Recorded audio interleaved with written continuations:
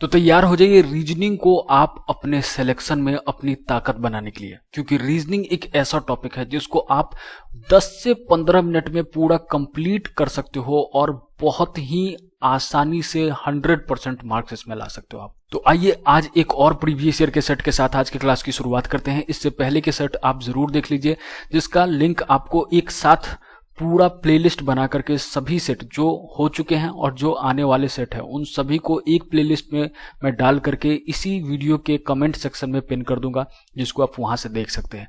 इस वीडियो का अगर आपको पीडीएफ चाहिए तो एग्जैक्टवे के टेलीग्राम ग्रुप से आप ले लेना, जिसका भी लिंक आपको कमेंट सेक्शन में पिन कर दूंगा और आपको डिस्क्रिप्शन बॉक्स में भी मिल जाएगा। और अगर आप रीजनिंग को कम से कम टाइम में कंप्लीट जितने चैप्टर से पूछे जाते हैं सवाल, उन सभी चैप्टर्स के कॉन्सेप्ट और शॉर्ट ट्रिक के साथ आप पूरा सिलेबस पढ़ना चाहते हैं तो एग्जैक्टवे के एप्लीकेशन को इंस्टॉल कर लीजिए। वहां पे आपको ये कंप्लीट कोर्स मिल जाएगा, जिसको आप इनरोल करने के साथ ही सभी चैप्टर एक साथ पढ़ सकते हैं। कोर्स से रिलेटेड किसी भी जानकारी के लिए आप इस नंबर पे व्हाट्सएप कर सकते हैं या टेलीग्राम कर सकते हैं। इसी के साथ आपको मैथ्स और साइंस के भी कोर्स एग्जैक्टवे के एप्लीकेशन पे कंप्लीट मिल जाएगा। देखिए इस क्वेश्चन में क्या कह रहा है कि एक डाइस एक पासा है जिसको फेंका जा रहा है, 3 बार फेंका जा रहा है और तीनों बार का सिचुएशन आपको यहाँ पे दिया गया है।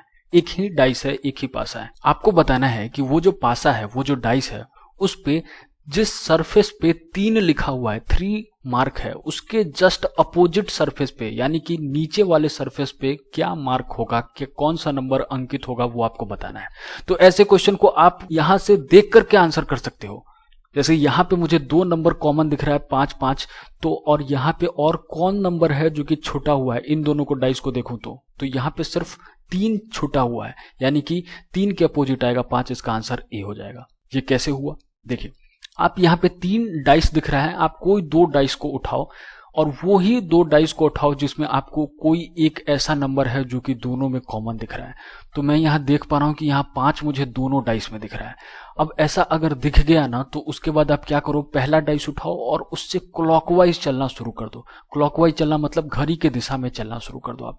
तो यहाँ पे अगर मैं घड़ी के दिशा में चलना शुरू करूँ तो 5 के बाद आया 4, 4 के बाद आया 1, ठीक है।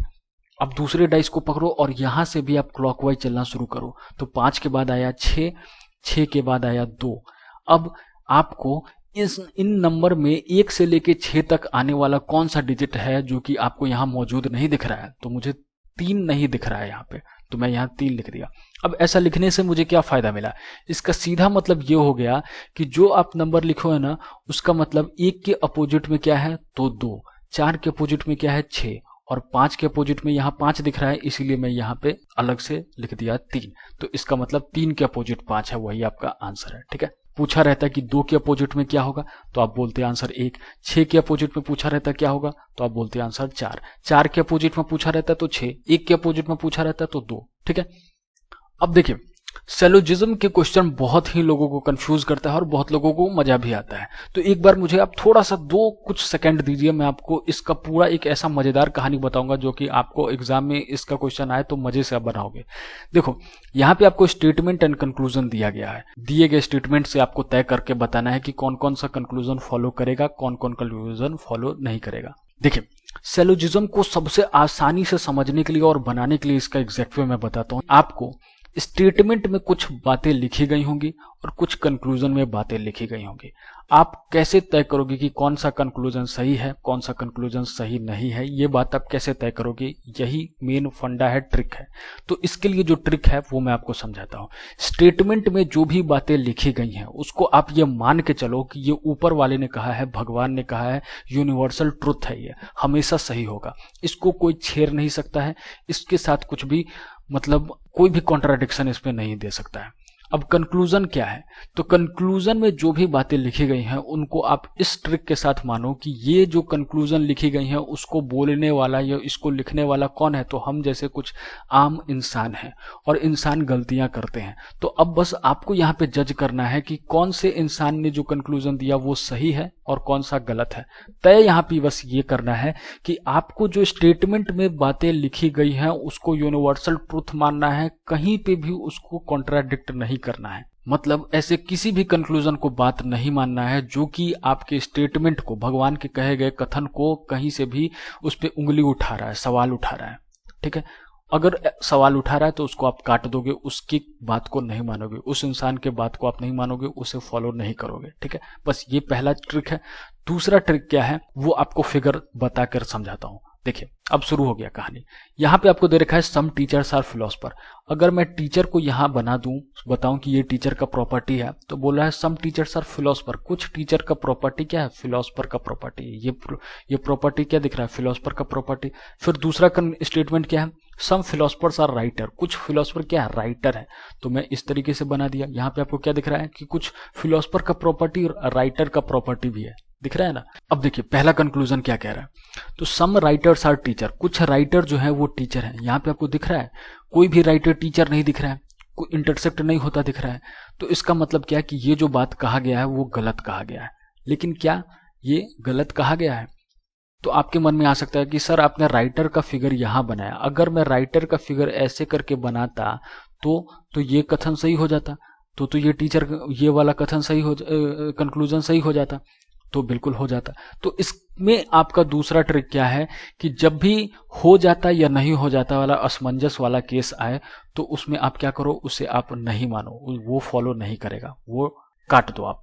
अब देखिए दूसरा क्या कह रहा है, no writer is a teacher. कोई राइटर टीचर नहीं है। तो जो पहला डायग्राम आपने बनाया था उस डायग्राम में तो दिख रहा है कि राइटर कहीं से भी टीचर को इंटरसेक्ट नहीं कर रहा है, टच नहीं कर रहा है, तो ये कथन को आप सही मान लोगे। लेकिन जो अगर राइटर का फिगर यहाँ पे बना रहता तो हो भी सकता था, नहीं भी हो सकता था, मानते हैं। तो यहाँ पे जब भी असमंजस का केस आए तो उसको आप क्या कर दोगे, काट दोगे। तो इसका मतलब दोनों कंक्लूजन आपका गलत है, दोनों कंक्लूजन फॉलो नहीं करेगा। अब जो मैक्सिमम बच्चे गलती करते हैं क्या, वो यहाँ पे क्या आंसर मार देते हैं, सी को सही मार देते हैं। नाइदर कंक्लूजन 1 फॉलो कर रहा है ना ही 2 फॉलो कर रहा है, इसे आंसर मार करके चले आते हैं, जो कि उनका आंसर गलत हो जाता है। क्यों? क्योंकि इसका आंसर हो जाएगा आइदर कंक्लूजन 1 और 2। ऐसा क्यों होगा? क्योंकि ये एक स्पेशल केस है। स्पेशल केस कैसे कि जब भी आपको 2 कंक्लूजन दिया हो जिसमें आपको 2 एलिमेंट जो पहले कंक्लूजन में है वही दोनों एलिमेंट दूसरे कंक्लूजन में भी है, जैसे यहाँ पे राइटर है, यहाँ टीचर है, यहाँ पे भी राइटर है, टीचर है, यानी कि पहले कंक्लूजन में भी राइटर टीचर के बारे में बोला जा रहा है, दूसरे कंक्लूजन में भी राइटर टीचर के बारे में बोला जा रहा है।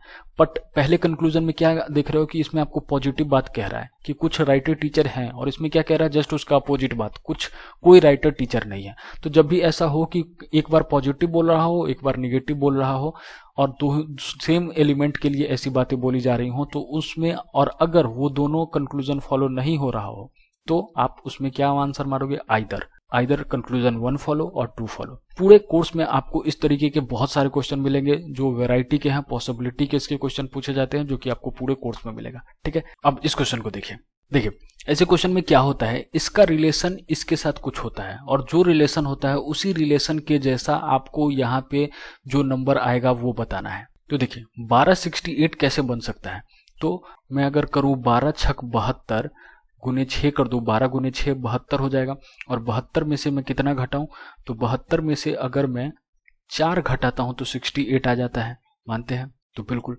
तो यहाँ पे भी मैं क्या मल्टीप्लाई कर दूं, इंटू 6 कर दूं, तो 21 गुने 6 कितना होता है, 6 का 6, 6 दूनी 12, 126 होता है। तो अब 126 में से क्या घटाया जाए, तो देखिए इन ऑप्शन में से सबसे नजदीक 126 के क्या दिख रहा है, तो सी दिख रहा है। तो 126 में से क्या घटाया गया होगा, तो 7 घटाया गया होगा, तो इसका आंसर 119 आ गया। अब बहुतों को लगते रहता है, या फिर बहुत लोग ऐसा भी सोच सकते हैं कि सर यहाँ पे अगर हम इंटू 5 करते तो 12 पंचे 60 हो जाता, 60 में 8 जोड़ते तो 68 आ जाता। तो वहां पे यहाँ पे भी यही कर देते हैं, इंटू 5 कर देते हैं, तो 21 बच्चे कितना हो जाएगा, तो 5 और 5 दूनी 10, 105 हो जाएगा। अब इसमें कितना जोड़ा जाए ताकि इन दिए गए ऑप्शन में से कोई चीज आ जाए, तो आप देखिए यहाँ पे क्या है, 105 के सबसे नजदीक नंबर कौन सा दिख रहा है, तो 117 दिख रहा है।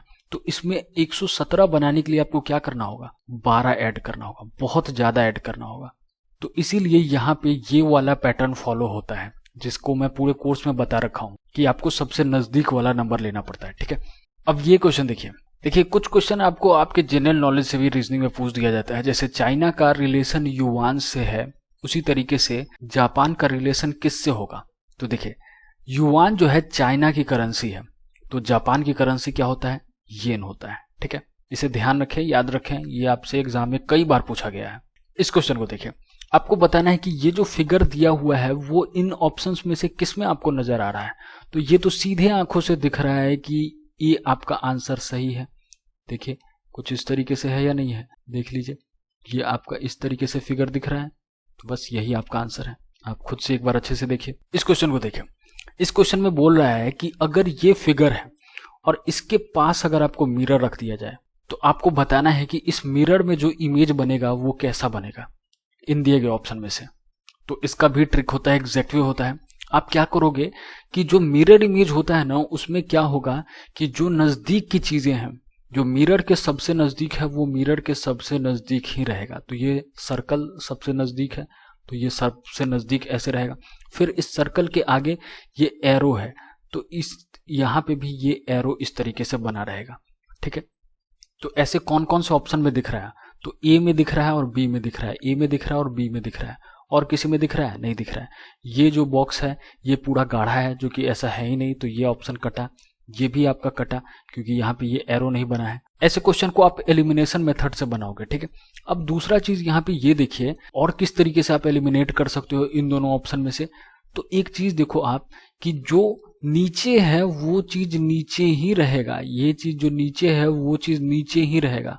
तो यहाँ पे आपको सिर्फ ऑप्शन ए में नीचे दिख रहा है जो कि यहाँ पे ये है, ये ऊपर में कभी नहीं आएगा। तो ये आपका आंसर रहेगा और ये आपका गलत हो गया। ठीक है, तो आपका आंसर ए है। मिरर में क्या होता है, बस आपको दो ट्रिक याद रखना है कि जो नजदीक है वो नजदीक ही रहेगा, पर जो लेफ्ट है वो राइट हो जाएगा। ठीक है, यहाँ पे देखो आप, और जो राइट है वो लेफ्ट हो जाएगा। ये एरो राइट की तरफ था, अब ये एरो लेफ्ट की तरफ आ गया। ठीक है, मिरर इमेज के कॉन्सेप्ट और इससे वैरायटी के क्वेश्चंस मैं आपको पूरे कोर्स में करा रखा हूं, तो उसे जरूर जाके देखें अगर आप कोर्स इनरोल कर रखे हैं तो। अब इस क्वेश्चन को देखें, ये भी आपका जनरल नॉलेज का क्वेश्चन है जो कि आपको रीजनिंग में भी पूछा जाता है। इसमें आपको कह रहा है कि आपको ये जो ऑप्शन है उसको इस तरीके से मीनिंगफुल तरीके से आपको अरेंज करना है, मतलब पहले क्या आएगा, उसके बाद क्या आएगा, उसके बाद क्या आएगा। तो एक चीज देखिए, यहाँ पे आपको ग्रेट पिरामिड दिख रहा है और गीजा दिख रहा है। देखिए ग्रेट पिरामिड जो होता है वो कहाँ पाया जाता है, तो गीजा में पाया जाता है। और गीजा कहाँ पाया जाता है, तो वो इजिप्ट में। इजिप्ट कहाँ, तो अफ्रीका में। अफ्रीका कहाँ पाया जाता है, तो वर्ल्ड में। यानी कि पहले आएगा 3, फिर आएगा आपका 5, फिर आपका आएगा 1, फिर 2 और फिर 4। 3 5 1 2 4, 3 5 1 2 4। तो आपका ऑप्शन सी सही है। बहुत ही ज्यादा इजी क्वेश्चन है, जल्दी से इसका आंसर आप नीचे कमेंट करके बताइए। ईगर को यहाँ पे कोड किया गया है 51759 से, तो आपको बताना है कैडेट का कोड क्या है। तो देखिए ई आता है 5वें नंबर पे, यहाँ पे 5 लिखा गया है। ए आता है पहले नंबर पे, यहाँ A1 लिखा गया है। जी होता है 7वें नंबर पे, तो यहाँ 7 लिखा गया। मतलब समझ में आ गया कि जो अल्फाबेट का जो पोजीशन है वही यहाँ पे लिखा गया है। तो कैडेट का क्या हो जाएगा, तो यहाँ पे आप देखो ये हो गया 3 1 4 5 और टी आता है 20वें नंबर पे। अब देखिए यहाँ पे जो आपको ऑप्शन दे रखा गया है वो 314520 है। 314520 तो यहाँ नहीं है, 3145 यहाँ पे 0 है और बाकी तो आपका है ही नहीं। तो ये दोनों ऑप्शन तो गलत ही हो गया। अब ए और डी में सही आंसर क्या होगा, आपको सही कोड तो ये इसका यही होना चाहिए, लेकिन यहाँ पे तो ऐसा ऑप्शन दिया नहीं है, तो कुछ ना कुछ तो गड़बड़ है। क्या गड़बड़ है, तो देखिए यहाँ पे जो टी है वही असली दिक्कत दे रहा है। तो टी का एक जगह 7 दिख रहा है कोड और एक जगह 0 दिख रहा है। तो क्या अल्फाबेट में 0 किसी अल्फाबेट का पहचान है क्या, नहीं है। 7 किसका है, 7 है जी का। लेकिन एक बात याद रखो, टी के अपोजिट क्या आता है, जी आता है। ग्रेट जो होता है GREAT, ग्रेट से आपको याद रखने को मैं कह रखा हूं कि जी के अपोजिट क्या होगा, टी। तो यहाँ पे क्या गेम कर दिया है कि बाकी जो शुरू के जो डिजिट्स हैं उसको तो एज इट इज उसका जो पोजीशन होता है वो लिख दिया है, ठीक है, लेकिन अंतिम अल्फाबेट जो है उसके पोजीशन का एक्चुअल नंबर नहीं लिखा गया है, बल्कि उसके अपोजिट का डिजिट का वैल्यू यहाँ पे लिखा गया है। वही यहाँ पे भी है। आर का कोड 9 थोड़ी है, आर के अपोजिट तो आई आता है और आई का कोड होता है N 9। ठीक है, तो यहाँ पे आपको समझ में आ गया कि यहाँ पे आपका आंसर ए हो गया। क्यों हो गया, क्योंकि टी का अपोजिट जी हो जाएगा। ठीक है, अब इस क्वेश्चन का सही आंसर आप नीचे कमेंट करके मुझे बताओ। और इस क्वेश्चन का भी सही आंसर नीचे कमेंट करके बताओ। अगले सेट में मैं आपको इनका सॉल्यूशन बताऊंगा और इसको बनाने का एग्जैक्ट वे बताऊंगा। जो स्टूडेंट बिल्कुल बिगिनिंग से स्टार्ट कर रहे हैं, जिनको ये सारी चीजें भी टफ लग रही हैं, तो उनको जरूर से इस पूरे कोर्स को ज्वाइन कर लेना चाहिए, क्योंकि ये कोर्स आपको कंप्लीटली बताएगा कि कितने टाइप के क्वेश्चन पूछे जाते हैं और क्या क्या टाइप से क्वेश्चन आ रहा है और उनको बनाने का एग्जैक्ट वे क्या है। पूरा कंप्लीट सिलेबस कवर किया गया है सारे कॉन्सेप्ट और शॉर्ट ट्रिक के साथ। आपको जो भी कोर्स लेना है आप उसे एनरोल कर सकते हैं एग्जैक्ट वे के एप्लीकेशन पे, जिसका लिंक आपको डिस्क्रिप्शन बॉक्स में दे दिया गया है और कमेंट सेक्शन में भी पिन कर दिया गया है। ठीक है, तो अगले क्लास में मिलते हैं अगले सेट के साथ। कोर्स रिलेटेड किसी भी जानकारी के लिए आप इस नंबर पे व्हाट्सएप कर सकते हैं या टेलीग्राम कर सकते हैं। Thank you so much, God bless you, जय हिंद, जय भारत।